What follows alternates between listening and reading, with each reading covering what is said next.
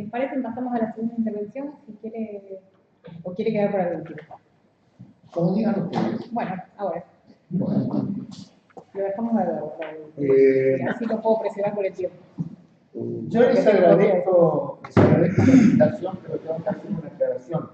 Yo estoy alejado de este tema desde hace más o menos 15 años o más de 10 años. De manera que no puedo hacer un panorama como el que acaba de hacer Verónica tan completo. Me voy a referir solamente a lo que hicimos nosotros, que creo que en algunos aspectos no es que ha sido superado, pero sí necesitó ajustes que ha hecho el equipo de PINSA, que Ricardo Donaire, Germán Rosati, Estela Cavalieri, Pablo Matera. Bueno, ellos han trabajado y ajustado, y ahora después voy a mostrar por qué hacían falta esos ajustes. Pero la base es este trabajo. La base es este trabajo que hicimos nosotros en el año 84 y se publicó por primera vez en el año 85. Sí, empezamos a fines del 83 y se ha publicado a fines del 85. O sea, nos llevó más o menos 2 años. Hecha esta aclaración, cuento un poco la historia de la investigación. Me voy a limitar a eso. ¿Cómo empezó esta investigación? Esta investigación es un resultado directo de las elecciones presidenciales de 1983. Nosotros, creyendo conocer el país, cuando digo nosotros, en ese momento el equipo de Simpson, no solo en la estructura, creyendo conocer el país, estábamos convencidos de que Luder ganaba las elecciones.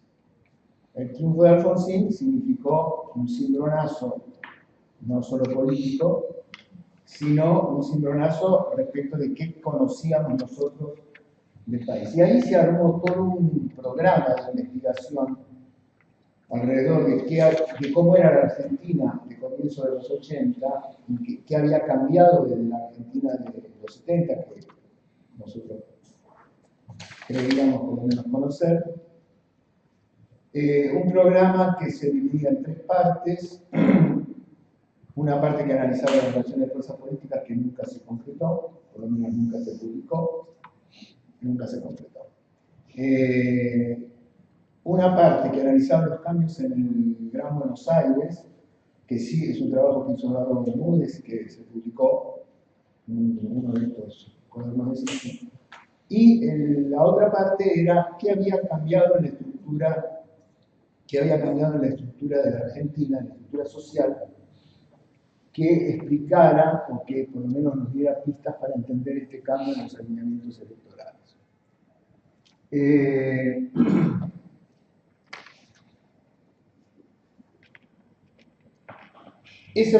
Así fue como arrancó la investigación. A la vez, como uno investiga en relación con problemas de la realidad en la que están inmersos, cualquiera sea el tema de investigación que tomen,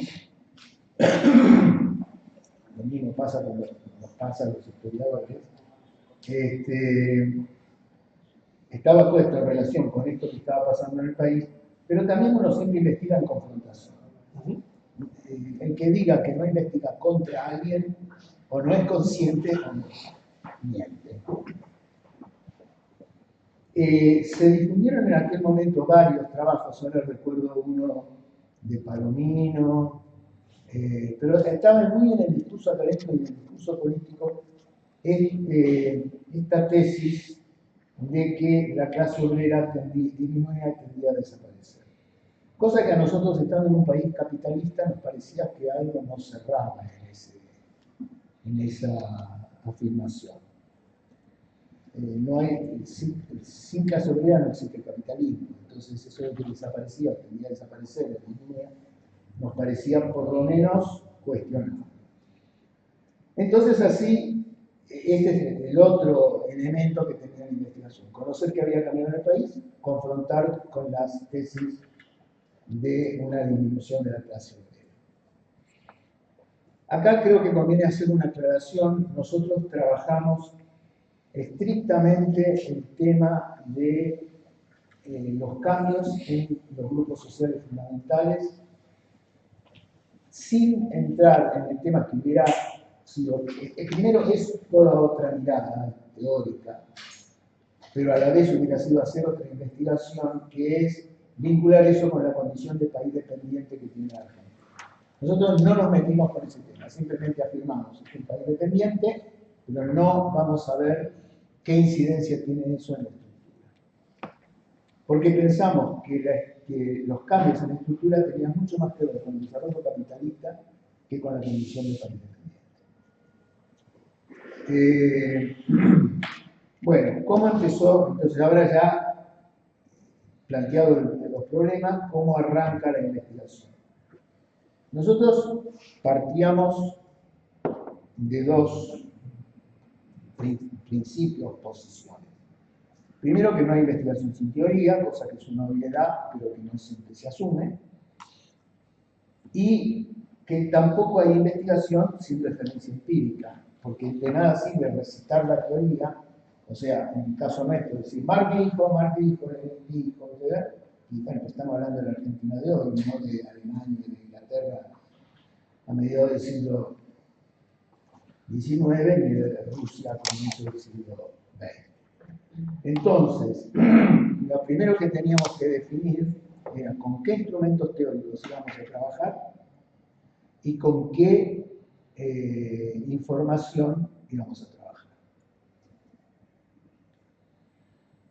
Con un problema, bueno, la información era bastante obvia y era la manera de confrontar con los que hablaban de la disminución de la clase obrera, que usaban los censos nacionales de población para mostrar que entre 1960 y 1980 la cantidad de asalariados disminuía, la proporción de asalariados, no el número absoluto, pero la proporción de asalariados disminuía, teníamos que usar esa fuente. Ahora, esa fuente no fue construida desde una perspectiva marxista.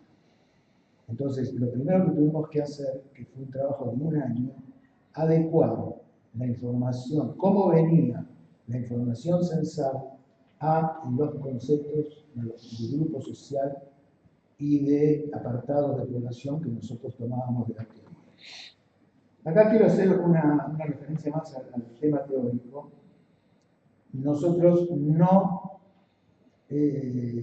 postulábamos el eclecticismo. ¿Esto quiere decir cerrarse en un cuerpo teórico y no mirar nada más? No, no quiere decir eso. Significa que uno trabaja desde un cuerpo teórico y que cualquier aporte realizado desde otra teoría que uno pueda verificar que es un aporte real y inverso, debe ser leído desde la perspectiva de la teoría que uno toma. O sea, no tomo esto de Marx, esto de Weber, esto de como hace Tilly con la acción colectiva, que dicen, bueno, me gusta más, pero tomo de Stuart Mill. Y son dos cuerpos teóricos incompatibles, ¿no? Salvo que vos hagas una lectura crítica de uno o de otro. Bueno, nosotros no hacíamos eso. Entonces, partíamos de Marx. Y tuvimos como modelo de cómo se podía trabajar, no como algo que debía aplicarse a la realidad argentina, el desarrollo del capitalismo en Rusia, la obra de Lenin, donde él justamente estudia el desarrollo del capitalismo. Nosotros lo que queríamos ver era en otro momento histórico y en otro grado de desarrollo del capitalismo, el desarrollo del capitalismo argentino. Entonces, tomamos como modelo, como referencia teórica, el desarrollo del capitalismo en Rusia, que a su vez tiene como referencia teórica una distribución que hace Marx de la población en el primer tomo del Capital, creo que es en el capítulo 8, cuando él habla del crecimiento de una población no productiva y de una población no productiva. Creo que está ahí donde él hace un cuadro, que me parece que es la inspiración de él, que es la inspiración. Entonces nosotros teníamos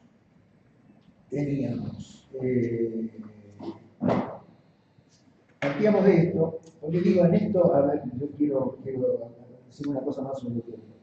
En esto de construir o de tomar las categorías teóricas que vamos a usar, no nos convencía el inventar categorías. Porque cuando uno empieza a inventar categorías a partir de los datos, bueno,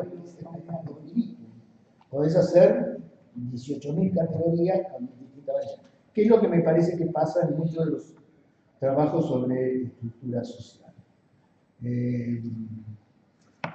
Por ejemplo, el doctorado. Entonces, nosotros, no haciendo eso, tomábamos 4 grupos sociales de población, que después me voy a referir más extensamente a eso, tomábamos 4 grupos sociales y teníamos que ver cómo la información censal, que no está pensada de esa manera, podía insertarse en estos grupos sociales. Eso es este trabajo que está acá en el anexo del cuaderno 46, que para que se den una idea, incluye todas estas cruces censales que ahora voy a decir que se están. No clasificables, digamos, decía. Bueno, no quiero pasar mucho de exposición. Teóricamente nosotros sabíamos que la estructura social nos muestra la situación de los grupos sociales fundamentales asentados sobre la base de un grado de desarrollo de la fuerza productiva. Nosotros estamos viendo las relaciones, los grupos que se dan a partir de las relaciones de producción que están asentadas en un grado de desarrollo de la fuerza productiva. Por lo tanto, teníamos 2 mediciones que hacer. Grado de desarrollo de las fuerzas productivas y situación de los grupos sociales fundamentales.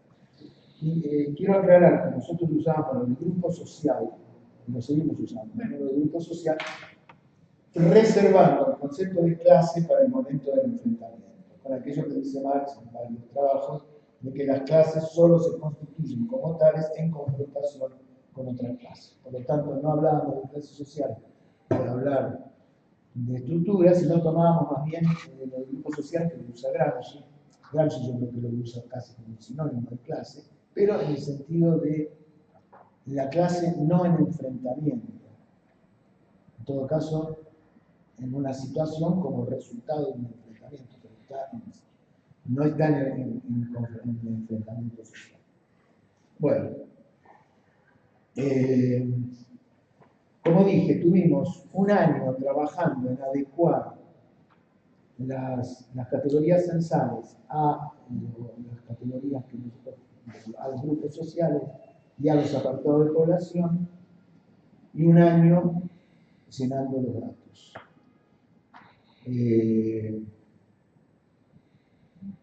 Un año pasando esos datos. ¿Por qué era esto posible?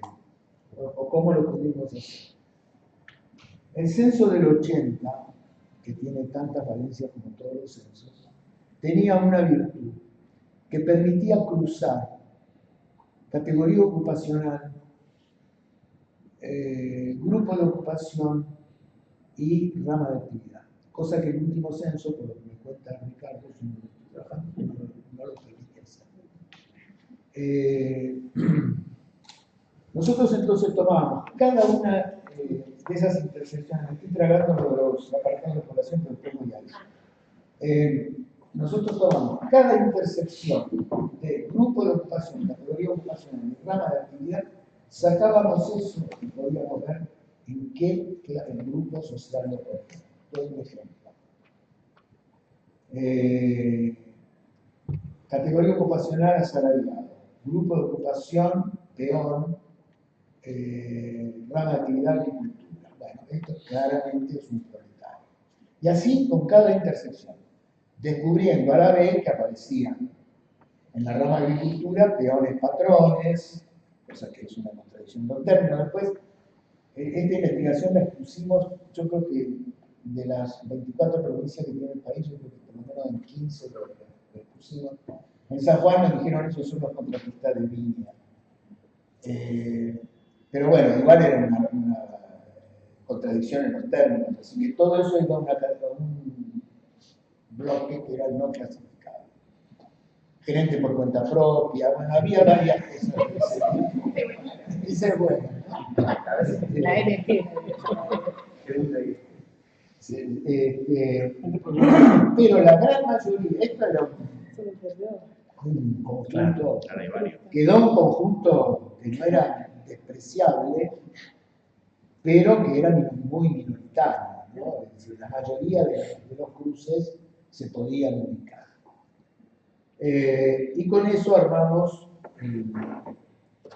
el cuadro de la situación de los grupos sociales fundamentales. Otra medición era ver el grado de desarrollo de las fuerzas productivas, midiendo con población, no con producto bruto, no con valor agregado, sino con población, que es el dato del censo. Entonces ahí, esto también está tomado en Lenin, hay tres grandes apartados: población agrícola, población industrial y población no productiva. Y es bastante fácil de sacar porque eso se sale del cuadro de rama de actividad. Y lo que nosotros veíamos es que había una disminución de la población agrícola, un crecimiento de la población industrial y comercial y sobre todo un crecimiento de la población no productiva. Con lo cual la lectura, esto es mucho más largo, ¿no? Pero la lectura que hacíamos era: hay un desarrollo del capitalismo en condiciones de descomposición, que es el tema que venimos trabajando desde distintos ámbitos. Ahora en el PIMSA es un poco el eje de nuestro trabajo, es la descomposición capitalista. Aclarando que la influencia de nuestra formación como historiadores, de los fundadores del PIMSA, descomposición no es derrumbe, no es caída, no es implosión, es un proceso que puede durar 200 años, 400 años, como ha sido la descomposición del mundo antiguo, como fue la descomposición del feudalismo. O sea, no es que mañana se cae el capitalismo, pero sí que cada vez se reproduce en condiciones más dificultosas para sus propias leyes de reproducción. Bueno, de este trabajo de división en apartados, nosotros logramos, hicimos después otro trabajo que lo quise traer, pero no lo encontré, creo que ya no queda ninguna, me queda alguna. Esto yo se los voy a dejar, si por si les sirve. Sobre todo para que vean el anexo, ¿no? Hicimos otro trabajo que se llama La población agrícola en la Argentina actual, donde seguíamos desde el censo de 1895 la relación entre población agrícola, o sea, población que trabaja en la agricultura, población rural, o sea, población que vive en el campo, en términos de crecimiento absoluto, crecimiento o decrecimiento absoluto y relativo. Y lo que veíamos es que en términos absolutos la población agrícola crecía, ¿no es cierto?, hasta el espacio entre el censo del 47 y el censo del 60. El crecimiento de la población agrícola en cantidad es un indicador de expansión del capitalismo predominantemente en extensión. O sea, está ocupando territorios donde las relaciones no eran capitalistas, aunque el sistema total sí lo fuera. No estoy hablando de relaciones integrales ni cosas por el estilo. Pero sí es cierto que estaban subordinadas al capitalismo, pero no eran las relaciones. Básicamente, pequeña producción mercantil. A partir de ese momento, entre el 47 y el 60, decrece en términos absolutos. Todo el tiempo decrece en términos relativos, pero a partir de ahí decrece en términos absolutos. Entonces, nosotros eso lo tomamos como indicador del desarrollo en profundidad. Acá también están las citas teóricas correspondientes que no me voy a acordar. Bueno, Bueno, está ese otro trabajo. Lo dije. Y quería ver un poquito los resultados. Los resultados, sí, creo que terminamos. Los resultados fueron mostrar que no disminuía el proletariado y el proletariado. En términos absolutos era claro que no disminuía, que era evidente, pero nadie lo miraba eso. Todo el mundo hablaba en términos relativos y no miraba los absolutos. Pero no solo crecía en términos absolutos, sino que crecía también en términos relativos. Eso yo creo que era el resultado más importante. Y el otro resultado importante era el crecimiento de la población no productiva, que para nosotros es un indicador de descomposición. Cada vez menos población sostiene a una masa de población no productiva que va desde la rentista hasta lo que ahora es la asignación universal por hijo. Pero eso no produce, y ese es un signo de descomposición. En aquel momento no era muy evidente que había una masa de población sobrante, no era tan evidente. Está hecho el cálculo, acá nos daba creo que un 28%, una cosa así. Bueno, después en otras mediciones, en la última medición que hizo el equipo de estructura, le da 2/3 del proletariado, pero el 60% del proletariado está en la medición de población sobrante. Bueno, y lo último que digo es que eso nosotros después, este mismo esquema, un poco, esta misma técnica, es un instrumento metodológico técnico, lo aplicamos por provincia. Y ahí armamos, esto en gran parte porque como dije, recorrimos el país mostrando esto. Y en muchos lugares fuimos recopilando más que información, que siempre trabajamos con los censos, chismes, esto fíjate esto, qué sé yo, y eso después nosotros lo miramos. Entonces, por ejemplo, esto que dije de son los contratistas de línea, de especificidades, hacíamos pequeñas pruebitas. Yo me acuerdo que una vez en Formosa eran con más de 100 docentes que tenía, desde jardín de infantes hasta universidad. Entonces hice una encuestita a ver de qué trabajaban los padres.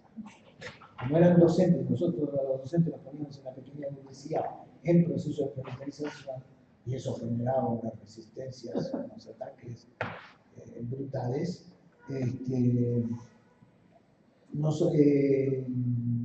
Hice una encuestita, bueno, me fracasó porque el 50% eran hijos de gendarmes y no me ponían si eran oficiales o suboficiales.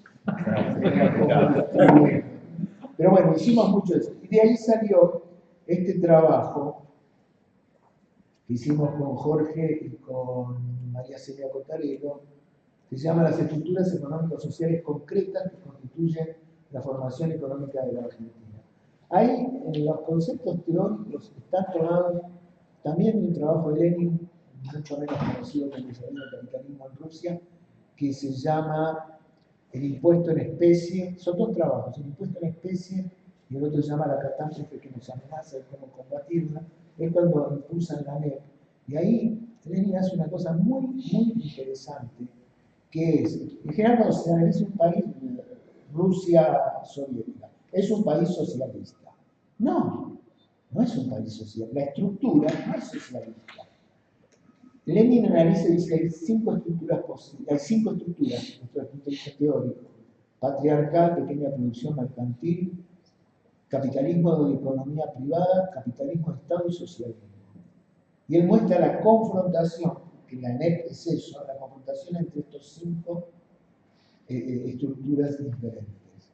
Entonces nosotros tomamos, nos inspiramos en eso para pensar qué estructuras había en Argentina. El patriarcal, si existe, es irrelevante, porque es un país donde el capitalismo está más desarrollado. Pero sí hay pequeña producción mercantil, sí hay capitalismo de economía privada y sí hay capitalismo de Estado. Mucho más obvio, capitalismo de Estado, que no es que el Estado sea el empleador,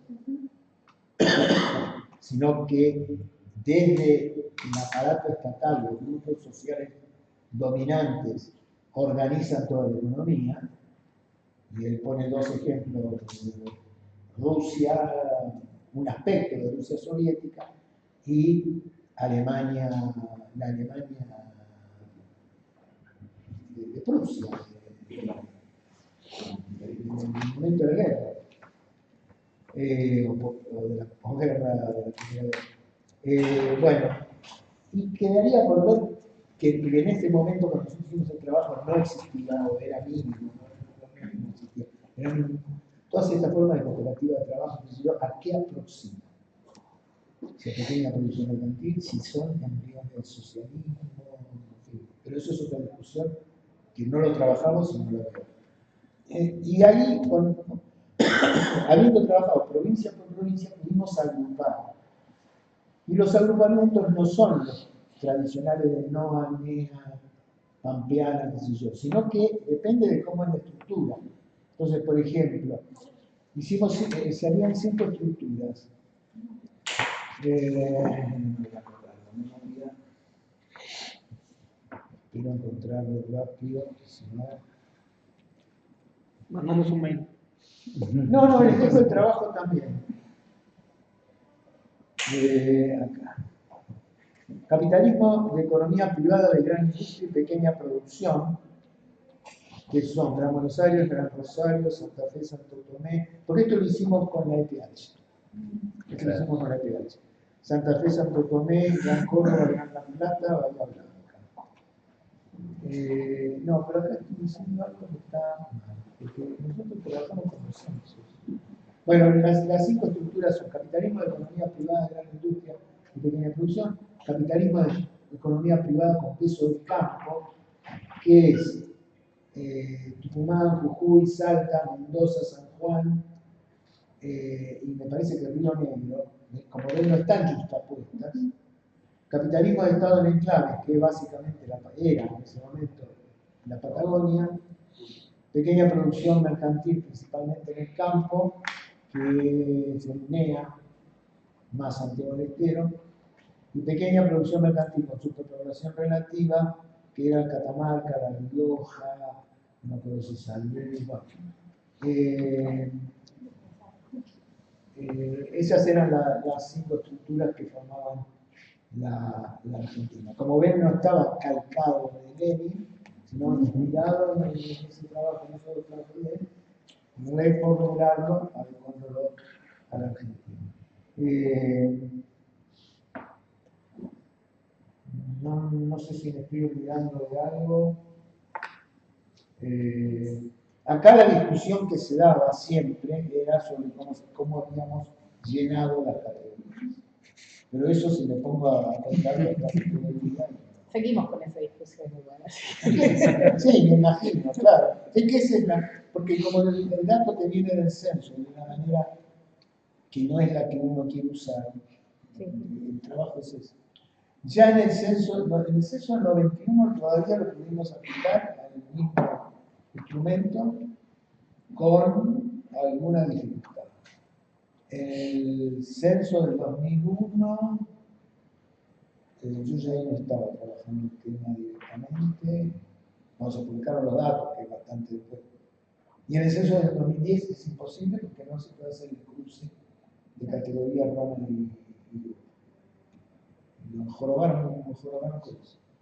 Y bueno, y el resultado es que pudimos mostrar en el ámbito del análisis de la estructura social que lo de la disminución de la clase obrera es un verso que no es gratuito, que es acción psicológica sobre la clase obrera, es dejar a un sujeto fundamental, declararlo inexistente o poco menos, y que por lo tanto plantarle sus alianzas. No era un discurso gratuito. Nosotros, por supuesto, pasábamos por locos por decir lo contrario. Si yo les cuento anécdotas de exposiciones en aquel periodo, estos son los 80, 90, de decir la clase obrera no disminuye, bueno, y después lo demostramos en el campo del enfrentamiento social, en el campo de la lucha, mostrando cómo dos cosas, los asalariados, pero eso es otro trabajo que hicimos con la base de datos que fuimos construyendo desde el 93 en adelante, que es el movimiento, los asalariados ocupados son casi todos los años el principal sujeto de la protesta, de la lucha, y la organización que más hechos convoca es la organización sindical. Con lo cual eso de que perdió poder, sí, pero no, ni disminuyó, ni desapareció. Bueno, que eso fue un poco la batalla de todos estos. Bueno, muchas gracias.